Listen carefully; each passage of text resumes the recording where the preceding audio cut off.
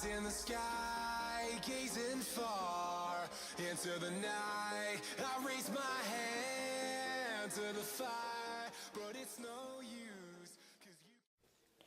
What is up, guys? Tom here, and welcome to another Call of Duty Black Ops 3 video. Now, as you can see by the title of the video, I actually got a new DLC weapon.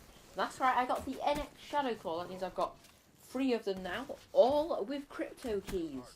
That's right, I actually got them all with crypto keys, no COD points at all, which just shows that if you're lucky, you can actually get them using crypto keys. So at least Activision have traders completely. It means that you can actually get the weapons with crypto keys, not just COD points. You just still have a slight chance. Obviously, it's going to be a lot less. I know a few people who have opened quite a lot of supply drops using crypto keys and have got none. Whereas I've opened the same amount and got 2. I got 2 in one opening. I got the Carver and the Malice, and now I have the NX Shadowclaw. So basically, in this video, all I wanted to talk about is basically, do I think these guns are overpowered, or specifically the NX Shadowclaw? Is the NX Shadowclaw overpowered? So, well, I've been using it. I've actually maxed it out already, and if I'm honest, do I think it's overpowered? It can be. It can be hard to use because the bolts that you fire obviously don't move anywhere near as fast as bullets. So if somebody's running and you shoot it directly at them, the bolts will be behind them. So if you're somebody's running, you have to shoot the bolts in front of them. And obviously with the it has the arc, so you kind of have to judge all that. But obviously it's a one-shot kill. If you're at close range, you'll beat them every single time. If they're too close and you've got the bayonet attachment, boom, you've stabbed them, they are dead. You see, so it can be, you can have kind of like both of the things. You can have the melee aspect, and you can have like the one-shot kill kind of aspect, which is also very, very OP. Well, it's not very OP, but it is kind of like a pretty kind of OP thing to have. So yeah, the NX Shadowclaw can be a very, very good gun. However, there can be some others. Well, the NX Shadowclaw isn't as OP as some of the other new guns. Some of the other new guns are definitely a lot more kind of OP, such as not really OP, but better, such as the MX Grand and the HG40, because I think they're just better guns.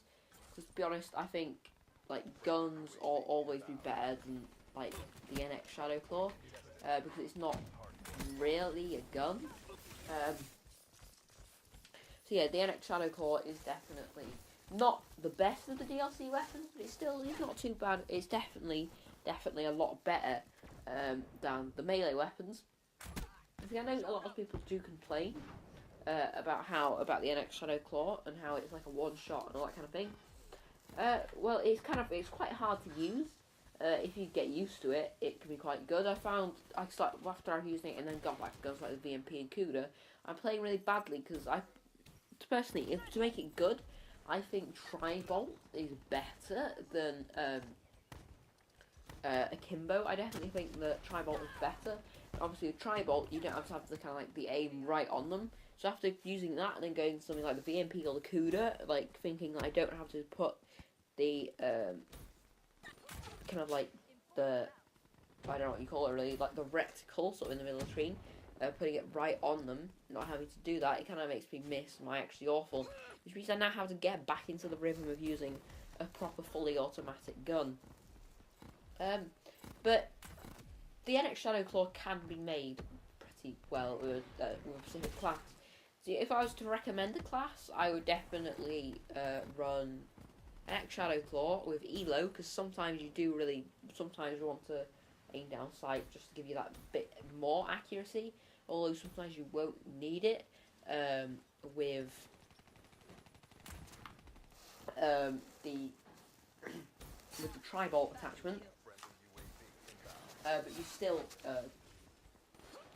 can use it. I find it kind of helpful in some situations, so it can definitely be useful. It can be useful to have the elo, as well as tri-bolt, like I said, because you don't have to hit them exactly. Tri-bolt is definitely a good attachment to have. And also bayonet, like I said, you can stab people when they get too close, and you can use it as a melee weapon. So obviously if you're using tri-bolt, you run out of ammo pretty quickly. And if you have tri-bolt, you can also use it as a melee weapon. So it is a very, very, very handy attachment to have. But anyway guys, that's going to be the end of the video here. If this has kind of, well, told you anything, I don't think that the NX Shadowclaw is really OP. If everybody was given an NX Shadowclaw, you wouldn't call it OP, in my opinion. If people just call it that because the people who do have them have time to actually use it, and it allows them to get used to it, which means they're better with it. If the NX Shadowclaw was in the game originally, would people call it OP? No, I don't think they would. So yeah, that's going to be the end. I hope this video, I don't know if it's told you anything, if the guns are OP or not, or it helps you make a decision if you think that the guns are OP. I don't know, I just decided to make this video because I got the NX Shadowclaw. It was pretty good, obviously. Well, I did get it in a rare supply drop with crypto keys. If any of you are wondering, if you're wondering which supply drops are open, I think the rare one's definitely best. I got all 3 weapons in rare.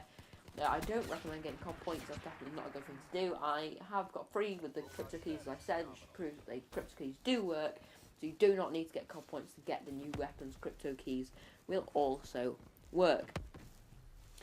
So, I've been Tom, and I will see you guys all later.